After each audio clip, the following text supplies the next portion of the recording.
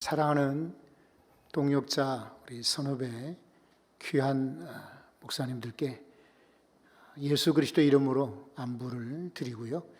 이 코로나 시대에 얼마나 어렵습니까? 그럼에도 불구하고 지금까지 승리하시는 여러분들에게 박수를 보내드립니다.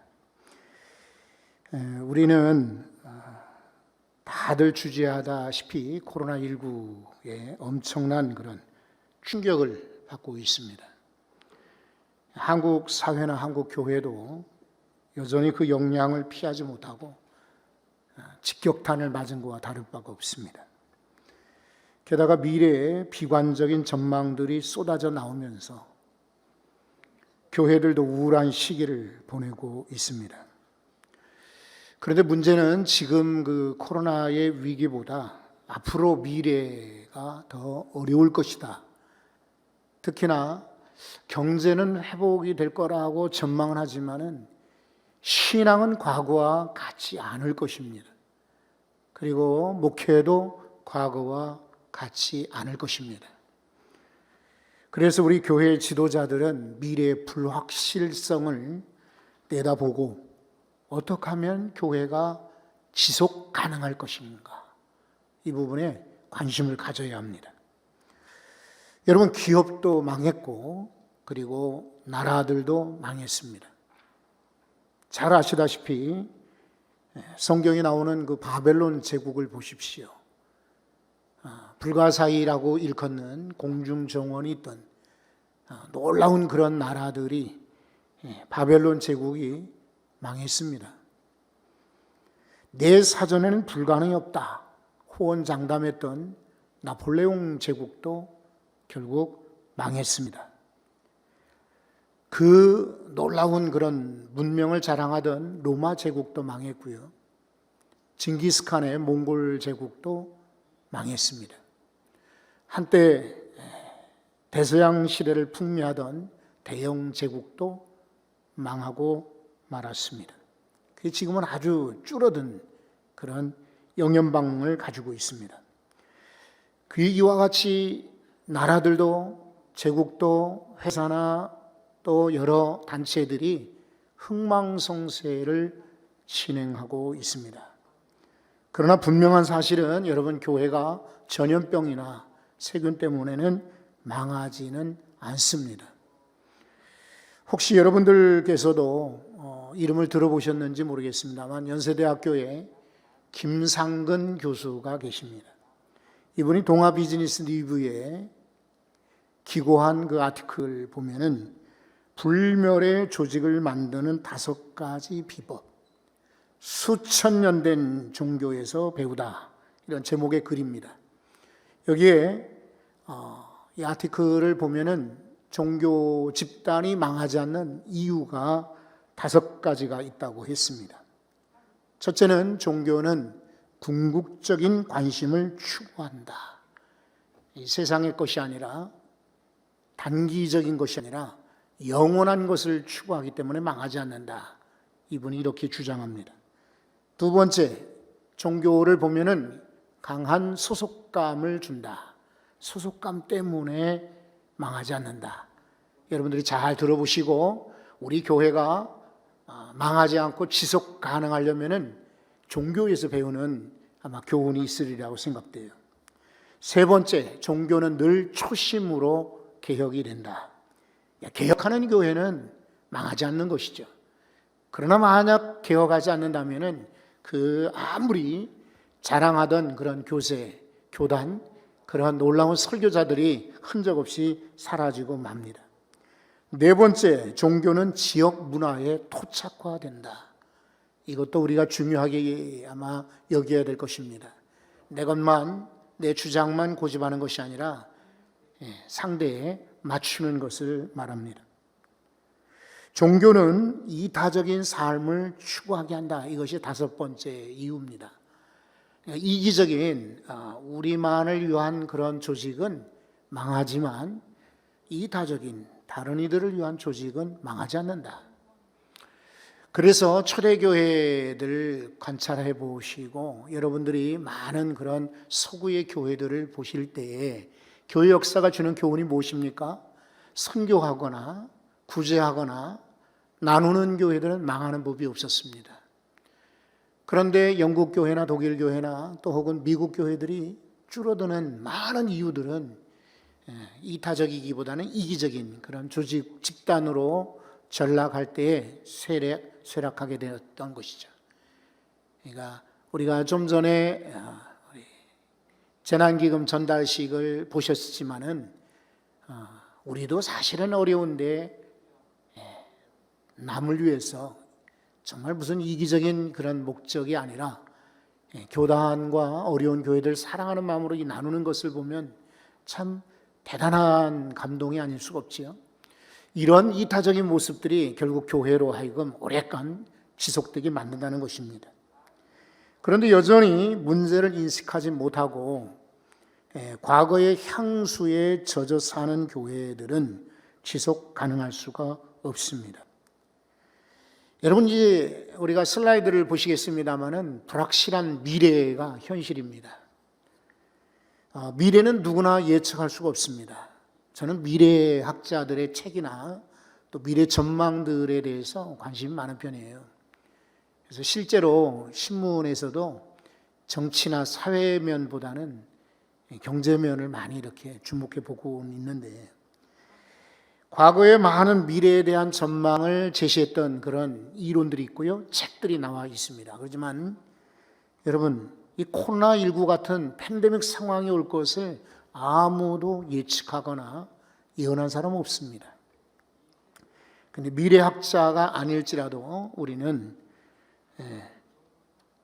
미래에 대해서 관심을 가져야 할 것입니다.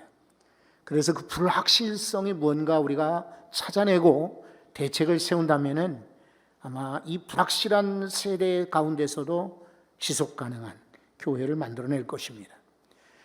여러분들이 아마 들으셨겠지만 핀테크, 드론, 또 혹은 무인 자동차, AI 같은 인공지능, 인더스트리 4.0 같은 것, 산업 제4차 산업혁명, 세계의 많은 기업들과 또 신생 기업들, 스타트업 기업들이 선두를 차지하기 위해서 아주 애를 쓰고 있습니다.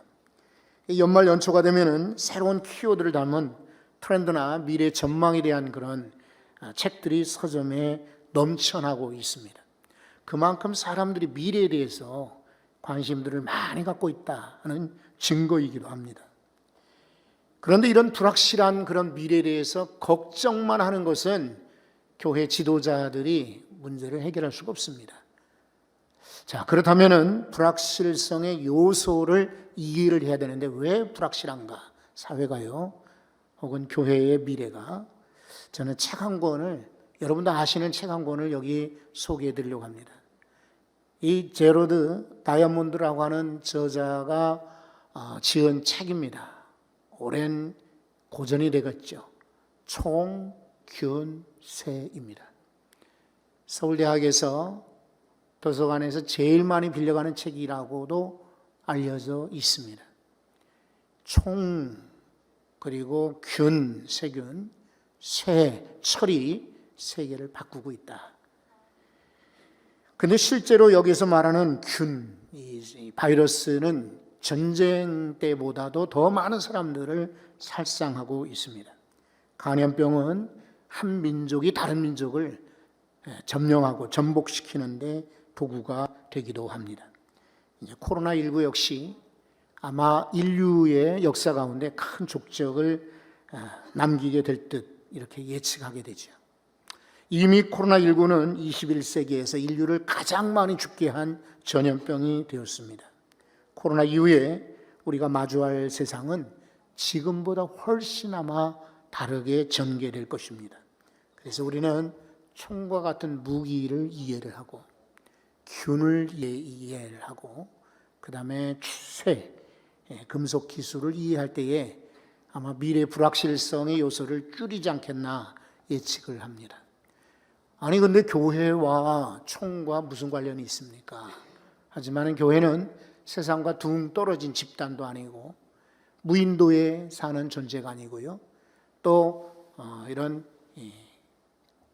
산소 그 차단막 가운데 온실 가운데 있는 곳이 아니라 교회는 세상 가운데 보냄을 받은 곳이기 때문에 그런 집단이기 때문에 총과 균과 새의 영향은 피할 수가 없습니다. 자, 그런 미래는 어떻게 되느냐? 고정되지 않을 것입니다. 그리고 반복되지도 않을 것입니다. 변동적이고 유동적이라는 것이죠. 그런데 기독교 신앙은 이런 불확실성 가운데서도 존재하게 하는 확실한 가치가 분명히 있습니다. 그래서 교회는 이러한 가치를 붙잡아야 하는 것입니다. 다시 말해서 미래는 기차와 같이 이렇게 빠른 속도로 진행이 될 텐데 누군가가 기차에 올라타게 되면은 그때는 아마 목적지에 다르게 될 것입니다. 그런데 많은 교회가 기차가 떠난 다음에 손을 드는 격입니다. 그 다음에는 그 기차에 오를 수가 없습니다. 우리 앞에 다가오는 미래형 기차에 우리 특별히 동력자 여러분 모두 다 올라타도록 방법을 제시해 드리려고 합니다. 바람직한 미래 교회의 모습은 어떠할까? 저는 한 신학자의 논문을 소개해 드리려고 합니다. 인도 출신의 디나반두 만첼로라고 하는 이 사람이 WCC 세계교회협의회의 총무를 분과 총무를 지냈고요. 그리고 지금도 미국에 있는 그리스도교 연합교회의 아시아 총무로 있는 이런 분이에요. 이 사람이 우리나라 세계화 신학 장신대에서 발간하는 그 잡지에 신학 잡지에 기고한 글이 있어요. 팬데믹 세계에서의 기독교 신앙의 확언과 실천 이런 제목이에요. 여기에 이 사람이 몇 가지 미래의 교회상을 소개했는데 첫째는 재연결이라 그랬어요. 재연결을 추구하는 신앙이 아마 앞으로 필요할 것이다. 여러분 이제까지는 그냥 모였으면 되었어요. 참여하면 되었는데 그리고 끝나면은 그냥 헤어졌어요. 모여서 예배하고 헤어졌단 말이죠. 그러나 지금은 이제 연결의 시대인 거예요. 그래서 이 코로나를 통해서 오히려 재연결을 할 수 있어야겠습니다. 잠깐만요. 회중석에서 만약에 이야기가 들리면은 뭔가 문제가 있는 줄 아니까 가급적 밖에 나가서 이렇게 이야기하시면 좋을 것 같아요. 다 들려요, 여기로. 문제 없죠? 그대로 진행하겠습니다. 이 사람이 브라질의 레오나르도 보프, 유명한 해방 신학자입니다. 이 보프의 견해를 소개하면서 이렇게 말을 했습니다. 코로나 바이러스 팬데믹은 우리가 이 공동의 집에 살아가는 방식을 제고할 독특한 기회이다. 우리를 구원하는 것은 사기업이 아니라 여러 사람과 새로운 패러다임의 덕목들, 즉 돌봄, 그리고 사회적 연대, 공동 책임성, 그리고 공감. 여러분 저는 이 레오나르도 보프의 얘기가 아마 미래에 불확실한 미래를 붙잡을 수 있는 그래도 귀한 덕목이 아닌가 싶어요. 우리 교단의 교회들이 어려울 때지만은 돌봄 힘써야 합니다. 연대, 우리 혼자 힘으로는 안 돼요. 정부와 방역 때문에도 많이 우리가 타협을 하고 의견을 제시하지 않습니까? 어느 한 교회가 평화교회, 주님 앞에 제일교회, 독일교회, 운양교회, 우리 지방의 어느 한 교회가 정부와 혹은 보건당국과 이렇게 타협할 수가 없어요. 사회적 연대가 필요해요. 그리고 이 코로나 때에는 무엇보다 공동 책임성이 필요해요. 사실 여러분 마음속에도 이렇게 예배 드려도 되는가? 이건 아니지 않는가 하는 마음들이 많을 거예요. 그러면서 어떤 교회는 급한 마음에 정부에서 뭐라고 하든지 말든지 우리는 예배를 드리겠다. 대면 예배를 고집하는 교회들도 있어요. 그런데 사실은 도움이 별로 안 돼요. 사회 각처에서나 믿지 않는 이들 이런 세상에서는 일부 교회가 예배를 고집하는 것을 그렇게 좋은 눈치를 보지를 않고요. 앞으로 선교에도 아마 도움이 안 될 겁니다. 저는 그런 분들의 열정, 그런 분들의 그런 뜨거운 그런 예배에 대한 사모함은 정말 존중하고 그리고 마음에 감동이 되지만은 그러나 공동 책임성이 필요해요. 그래서 내가 하는 행동이 다른 사람들에게 어떻게 비춰지고 교회의 미래에 어떻게 비춰질까, 이것이 여러분 당장에는 몰라도 이제 큰 영향력으로 아마 눈덩이처럼 다가오는 때가 있을 거예요. 그러니까 한 교회의 비일이나 한 목회자의 잘못된 행동이요, 전체에 영향을 미치게 돼요. 공동 책임성을 가져야 됩니다. 그래야만 미래의 전망이 있어요. 그리고 마지막으로 공감이라는 얘기를 했잖아요. 아마 이 공감에 대해서는 여러분들이 뭐 여러 방면에 많이 들으셨을 겁니다. 근데 정말 공감이 이 코로나 시절에 필요한 것 같아요. 나는 지금 넉넉하니까, 나는 뭐 그래도 끄떡 없으니까 그냥 지나가는 것이 아니라, 저분은, 저 교회는, 저 목사님은, 저 장로님은, 저 권사님은, 저 집사님은, 저분은 이런 부분에 안타까움이 있겠구나. 공감이 아마 정말 절실하게 필요한 때라고 생각이 됩니다. 다시 한번 만첼러 박사 이야기로 들어가면, 두 번째는 새로운 이해를 포용하는 것입니다. 포용입니다. 우리 받아들이는 것입니다. 여러분, 많은 이들이 이 코로나 때 단절되다 보니까 각자 도생, 각자 성장하고 자라기 위해서 막 애쓰고 노력을 하고 있습니다. 사람들의 마음이 각박해지고 또 조급해지고, 그러다 보니까 다른 사람들 이야기를 들을 만한 기회가 없어졌습니다. 그런데 한편 생각하면 코로나 때문에 새롭게 보고 새롭게 느껴지고 새로운 감동도 있습니다. 여러분, 차를 타고 지나가면 길가에 간판이 잘 보이지 않습니다. 그런데 걷다 보면은 새로운 가게가 열렸고 전에 있던 가게가 닫혔던 것을 보게 되는지, 우리 주변에 참 많은 견해들이 있습니다. 이 코로나 때에 미래 교회는 새로운 일할지라도 받아들이는 것, 진리에 어긋난다면은 과감하게 거부하되, 그러나 진리에 어긋나지 않는 것, 그 중에서 저 사람과 또 저 교회와 또 다른 이들과의 어쩌면은 교단과의 차이가 있을지라도 새로운 이해를 받아들이는 것, 포용이 아마 미래에는 중요하지 않겠나 싶습니다. 세 번째는 교회를 다시 상상하기입니다. 온라인 교회에 대해서도 아마 새로운 정의가 필요할 줄 압니다.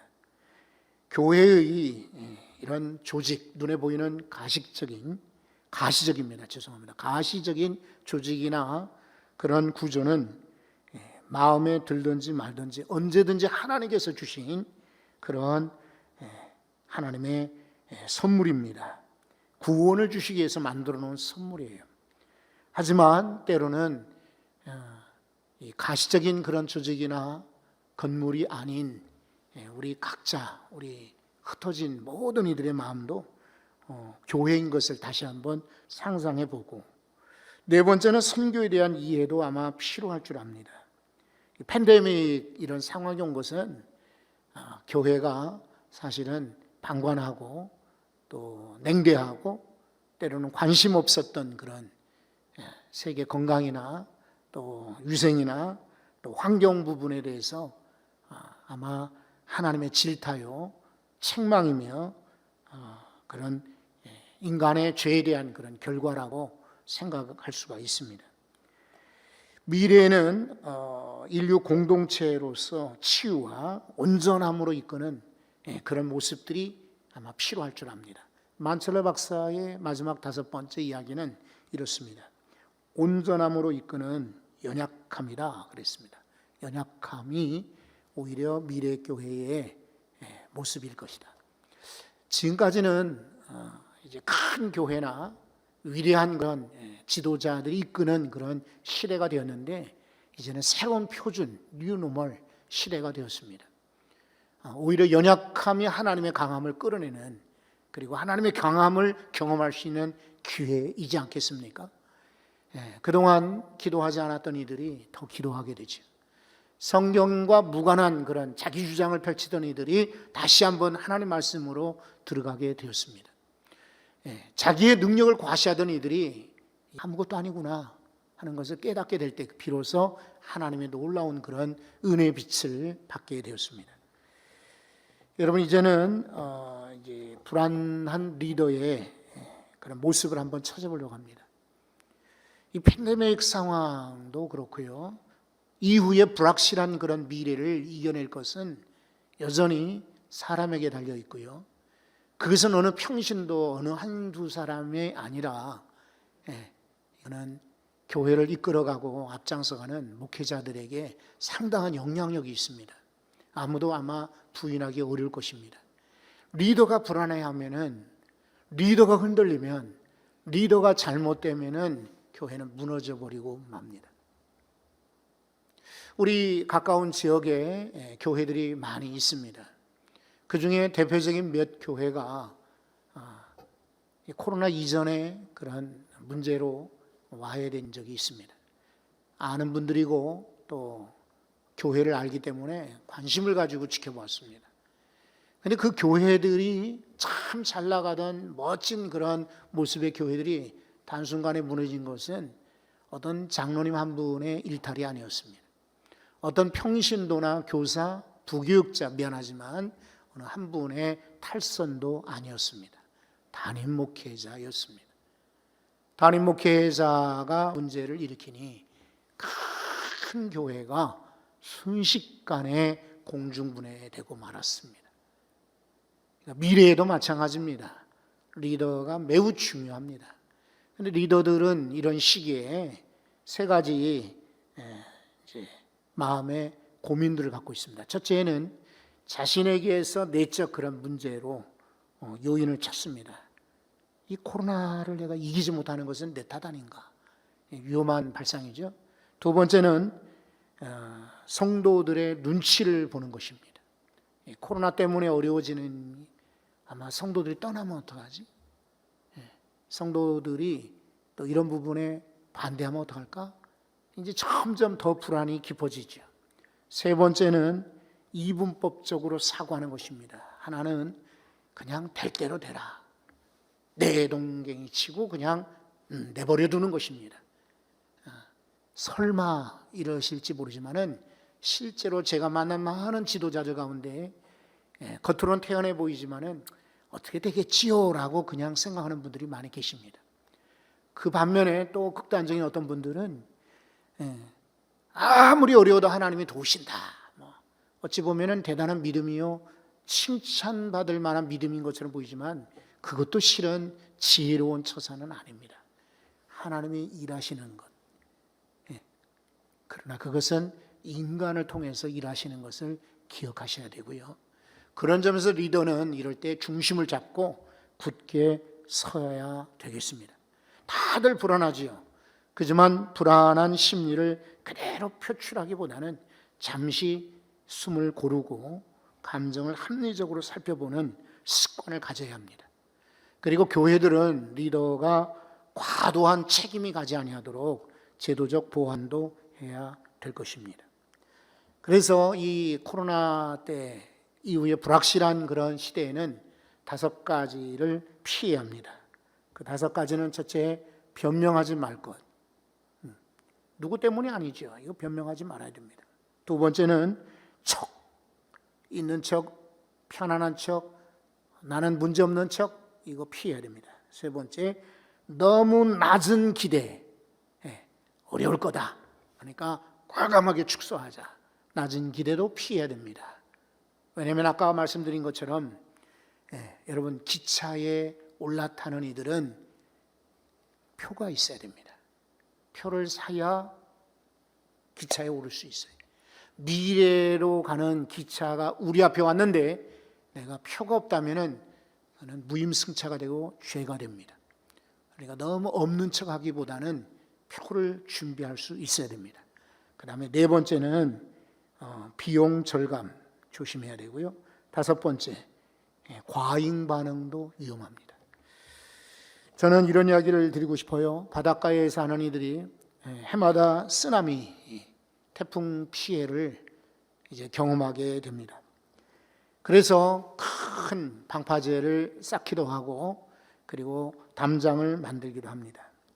그런데 때로는 이 방파제를 뛰어넘는, 뚝을 뛰어넘는 그런 파도가 밀려올 때가 있습니다. 그러면 아무도 감당할 수가 없어요.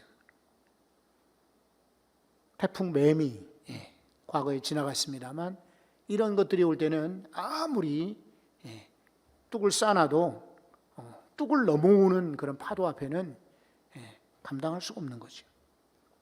미래에 누가 말했듯이 아마 교회의 혹한기, 이제까지 경험하지 못했던 아주 처절한 혹한기가 올 터인데 두 가지 옵션이 우리 앞에 있어요. 하나는 뚝을 쌓는 것이 있고 또 하나는 보트를 만드는 게 있어요. 뚝을 쌓는다고 하면은 안전해 보이죠. 뚝 속에 숨으면 되니까. 교회들 거의 대부분이 뚝을 쌓습니다. 불확실하니까 돈을 저장을 해놓고, 불확실하니까 보험을 들어놓고, 불확실하니까 다른 일들을 하고, 불확실하니까 이 교회의 일꾼들 숫자를 줄이고, 불확실하니까 선교 나가는 돈을 줄이고 이렇게 뚝을 쌓습니다.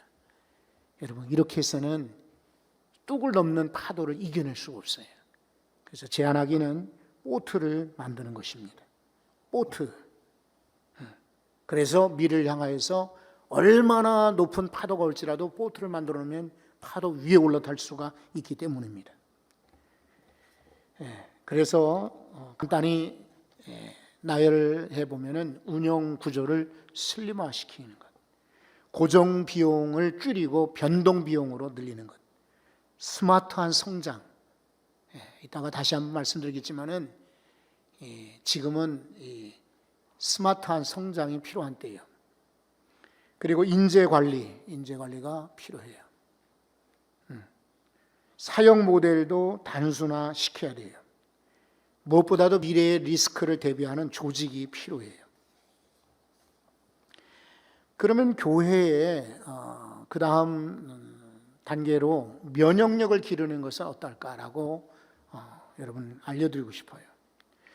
선천적인 면역력도 필요하지만 후천적 면역력 중요하죠. 코로나를 지나면서 아마 여러분들이 많이 경험을 해보셨을 거예요. 미국의 과거에 국방장관이던 도널드 럼즈벨트라고 하는 사람이 있습니다. 럼즈벨트가 아프가니스탄 사태를 브리핑하면서 유명한 말을 했어요. 이 세상에는 우리가 아는 것이 있고 we know, 우리는 아는 것을, 이미 아는 것을 안다. 두 번째, 우리가 모르는 것을 안다. we know, unknown. 모르는 것을 우리는 알고 있다. 그 다음에 가장 위험한 것은 우리가 모른다는 것을 모르고 있다. unknown to unknown. 우리가 아주 모르는 것조차도 모르는 거예요. 지금 그렇지 않는가 싶어요.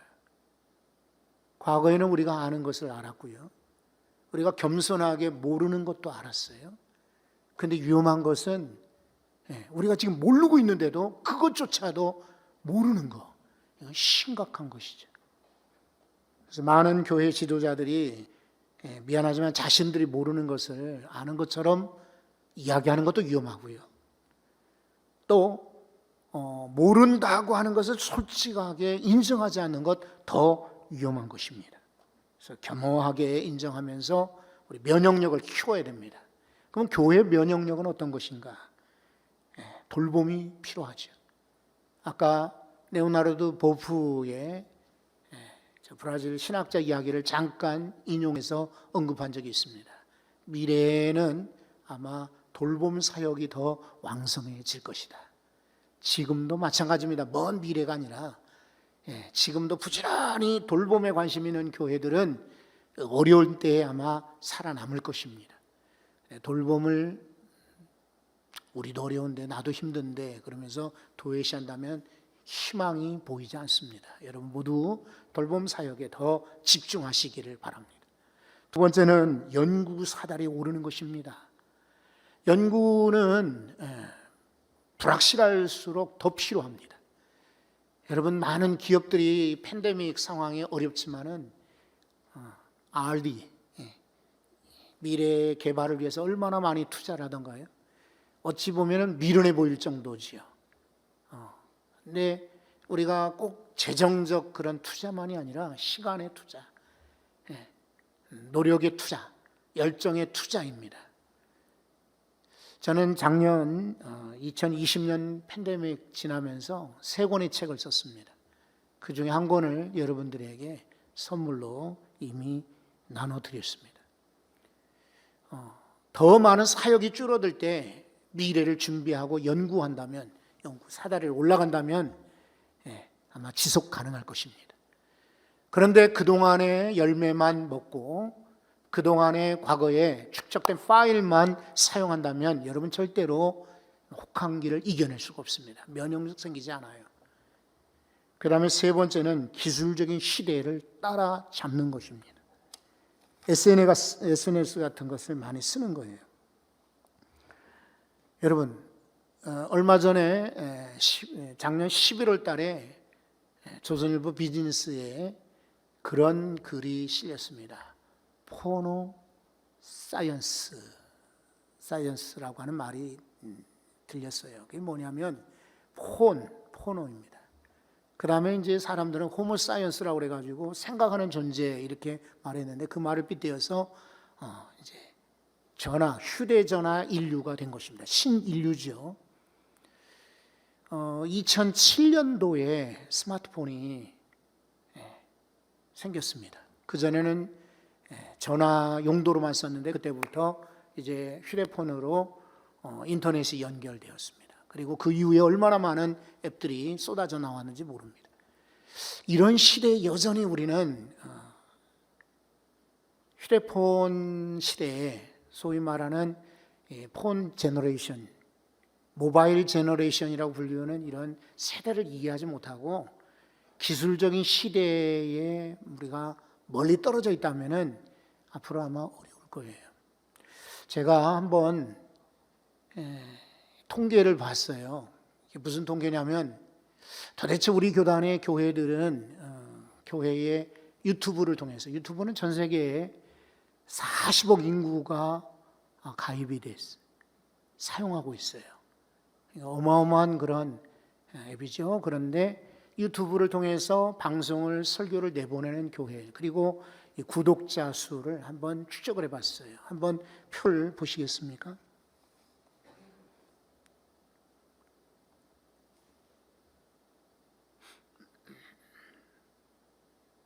자, 여기 표에 나와 있는 대로 그렇습니다. 시내가 푸른나무 교회가 구독자 수가 3,000명입니다. 참좋은 교회가 2,500명이 됩니다. 그리고 이제 교회 순위가 쭉 이렇게 구독자 수가 이렇습니다. 비슷한 규모의 기독교 대한 성결교회의 홈페이지를 통해서 유튜브 구독자 수를 봤습니다. 시골에 있는 중형 교회가요, 예를 들면 부여 중앙성결교회가 이 표에 의하면 우리 교단의 2번째로 올라갑니다.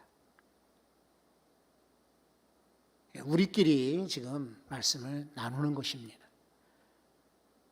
지금 다른 교단의 다른 교회들은 이 유튜브들을 통해서 활용하려고 애를 많이 쓰는데, 그나마 제가 볼 때 시냇가 푸른나무 교회나 참좋은 교회 같은 데는 이미 이런 미디어 선교의 장점을 알고 선점을 하는 겁니다. 그런데 유수한 많은 교회들은 여전히 관심이 없습니다. 그냥 설교만 내보내요. 왜 그럴까요?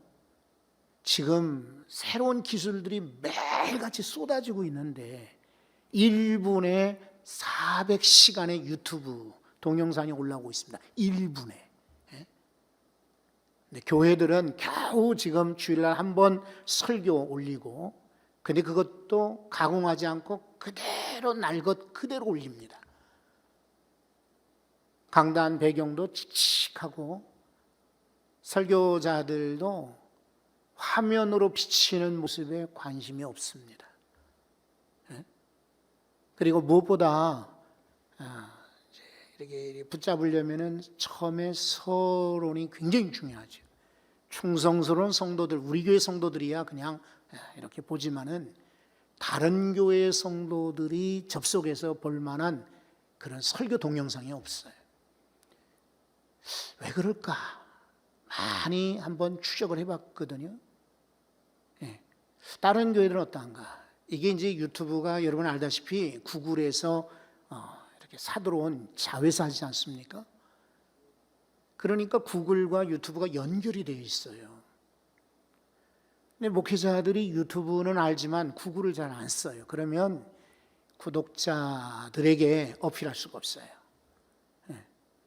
그리고 이 알고리즘을 이해를 해야 돼요. 검색을 했다. 예를 들어서 충균쇠 검색을 하게 되면은 오늘 예수기란 성결교회 평생교육원에서 첫 번째 시간의 강사가 이 책을 인용했다. 그러면 이제 이 동영상이 뜨게 돼요.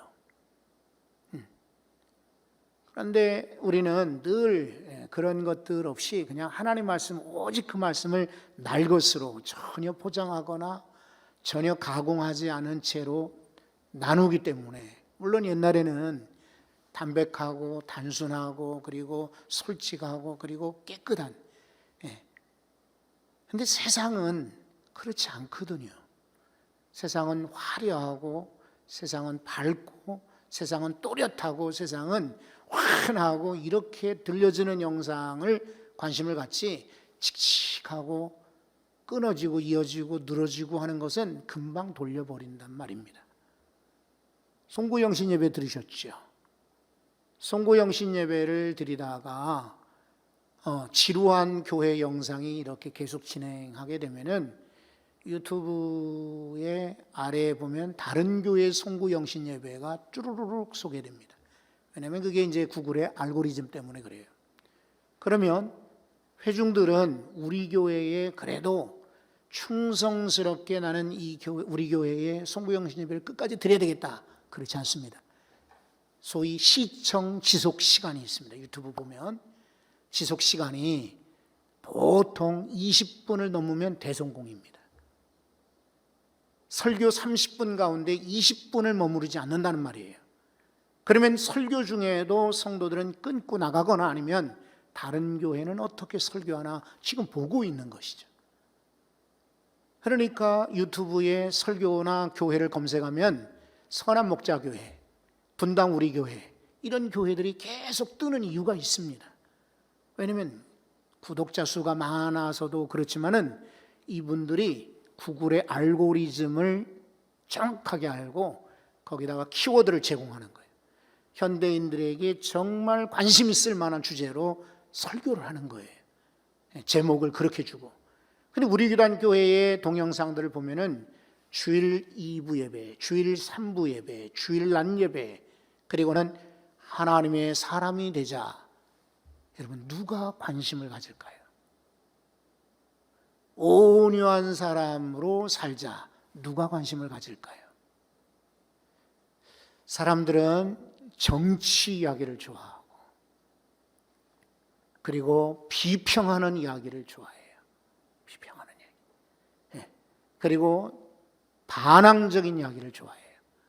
이러다 보니까 우리가 정통적으로 전하는 그런 메시지는 구독을 또 혹은 동영상에 접속을 하지 않는 거예요. 이런 알고리즘을 조금 이해를 하면 좋으실 것 같아요. 김대종이라고 세종대학의 경영학 교수가 기존의 톱다운 방식은 이제 버려야 된다. 담임 목사가 설교하면 회중들은 아멘으로 받을 것이다. 톱다운 방식은 이제 아니다. 이제는 소비자 중심으로 바뀔 것이다. 성도들이 요구하는 거예요. 목사님, 이렇게 설교해 주십시오. 우리 교회는 이렇게 가면 좋겠습니다.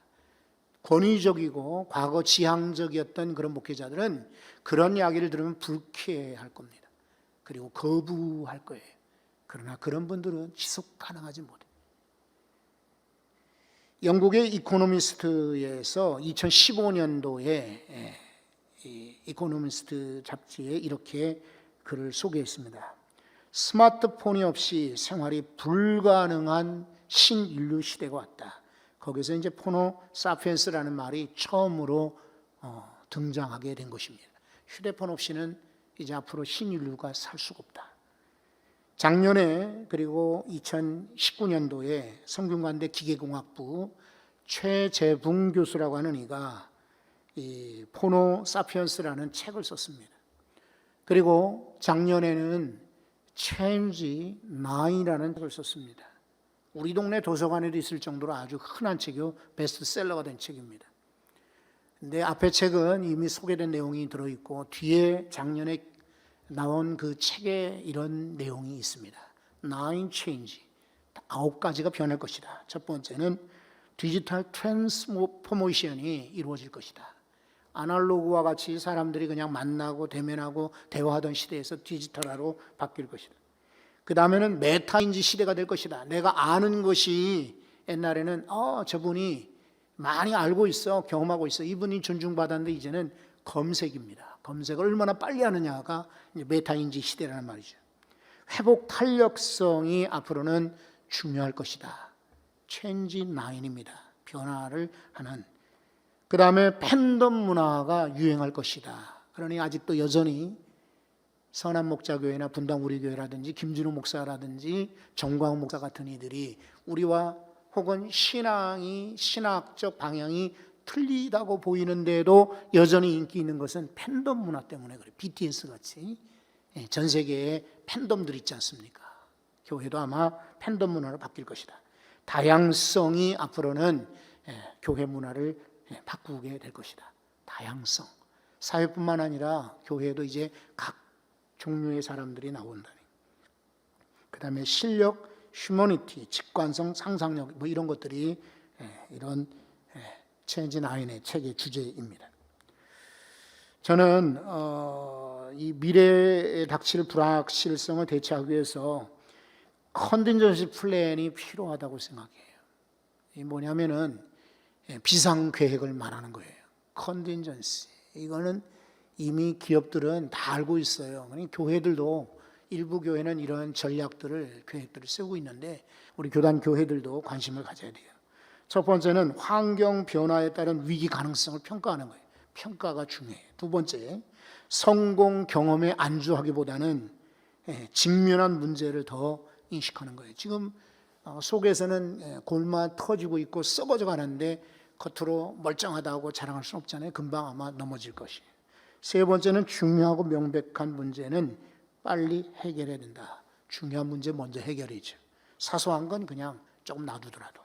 네 번째는 단결이고, 다섯 번째는 미래 사역을 위해서 편성이 필요하고, 여섯 번째 조직 내부 역량 활용의 극대화가 필요하다 그랬어요.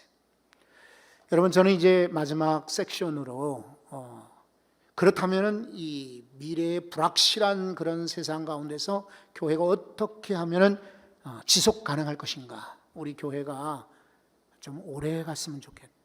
내 대회 끝나는 것이 아니라 지금 작은 교회랄지라도 발전하고 지금 중형 교회들이 어려워지고 있는데 든든한 교회가 되고 지금 대형 교회도 장담할 수가 없는데 좀 지속 가능한 그런 교회가 되면 좋겠다.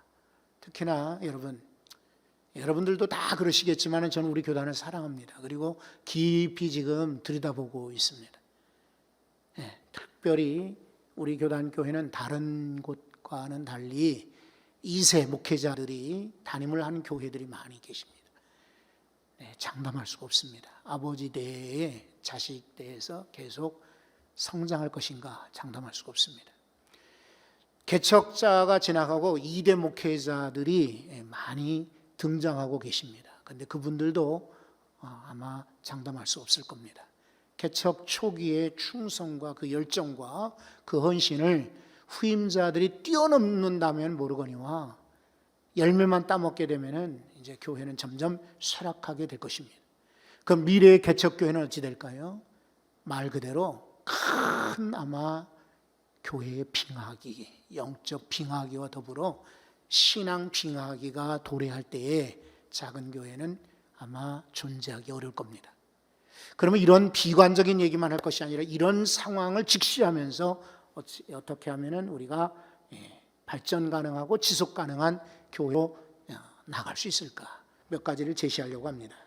첫째는 미래를 내다보는 조직, 새로운 표준이 필요합니다. 그리고 기능, 새로운 길을 가야 합니다. 새로운 길. 그래서 이번에 주제와 같이 뉴 노멀, 이제까지는 정상으로 노멀했다라고 생각했던 것이 아니라 뉴 노멀이에요. 새로운 그런 표준이 필요해요.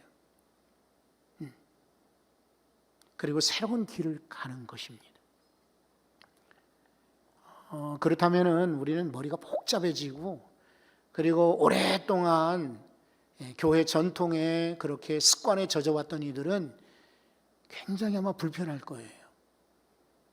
미래 세대들이 그걸 요구하고 있어요. 목사님, 장로님, 권사님, 이렇게 돼서는 안 되지 않을까요? 우리 교회는 이렇게 가야 되지 않겠습니까? 새로운 그런 표준들을 아마 제시할 겁니다. 그러면 우리는 언제든 그랬듯이 자리의 주인은 내가 아닙니다. 설교자의 영광, 담임 목회자의 영광, 그리고 혹은 주임 목사의 영광은 당연히 있지만은 그러나 잠깐의 영광일 뿐이고, 실제로는 내려놔야 되고 내려가야 되고 그리고 엎드려야 합니다. 그리고 새로운 표준을 따라서 우리의 길을 새롭게 만들어 나가야 합니다. 그렇지 않으면 지속 가능하지 않아요. 두 번째로 말씀을 드리고 싶은 것은 물질적인 자산이 이제는 아니고 영적인 자산을 늘리는 것입니다. 우리나라에 아주 기이한 그런 현상이 이 코로나 때에 물질적인 자산에 관심들이 많아요. 다른 나라들은 지금 겨우겨우 살기 바쁘고 거기에 급한데, 우리나라는 지금 주식 열풍과 부동산 열풍에 나라 전체가 열풍을 넘어 광풍 시대라고 표현하고 싶을 정도예요. 그러다 보니까 교회들도 성도들을 따라서 이런 물질적 자산에 아마 관심들이 많을 것 같아요. 그렇게 해서는 절대로, 우리가 앞에 김상근 교수의 그 글에서 보셨잖아요. 종교가 수천 년 지나면서 망하지 않았던 이유는 부동산이나 눈에 보이는 그런 자산에 관심을 가졌던 것이 아니었습니다. 보다 더 영적인 것에 관심 가질 때 영속되었습니다. 그 김상근 교수는 여러분, 이분이 그 교회사를 전공하고 특히나 이태리, 로마, 또 피렌체 같은 곳을 많이 연구했던, 메디치 가문에 대해서 많이 연구했던 사람이에요. 근데 그 메디치 가문이 오랫동안 지속되고 영향력을 미쳤던 이유는 나눠주었기 때문에, 베풀었기 때문에 그랬다는 거예요. 그런데 오늘날 교회들이 영적 자산이 아니라, 나눔이 아니라, 베푸는 것이 아니라 지금 고정되어 있는 물질적 자산에만 관심을 갖는다면 많은 제국들처럼 넘어지고 말 것입니다. 그 다음에 세 번째는 공감 사역입니다. 아까도 우리 공감에 대해서 말씀 나눴지만 더욱 회중과 공감을 이루어야 될 것입니다. 비대면 상황에서 우리는 많이 보았습니다. SNS들을 최대한 이용하는 거예요. 그래서 공감을 이끌어내고 공감하게 하는 것입니다. 네 번째는 경쟁에서 승리하는 차별이다라고 강조하고 싶습니다. 우리 교단 교회들은 참 불리합니다. 왜냐하면 장로교가 특세한 이런 한국적 상황에서 그래도 존재합니다. 그렇죠? 그리고 주변에 강한 교회들이 많은 데서 그 틈바구니 안에서 개척해서 살아오니 참 대단하다고 말씀드리지 않을 수 없습니다. 그런데 여러분, 이걸로 끝나면 안 되죠. 교회들이 더 달라져야 됩니다. 장점을 만들고 나만의 장점을 가지고 그거 부각시켜야 됩니다.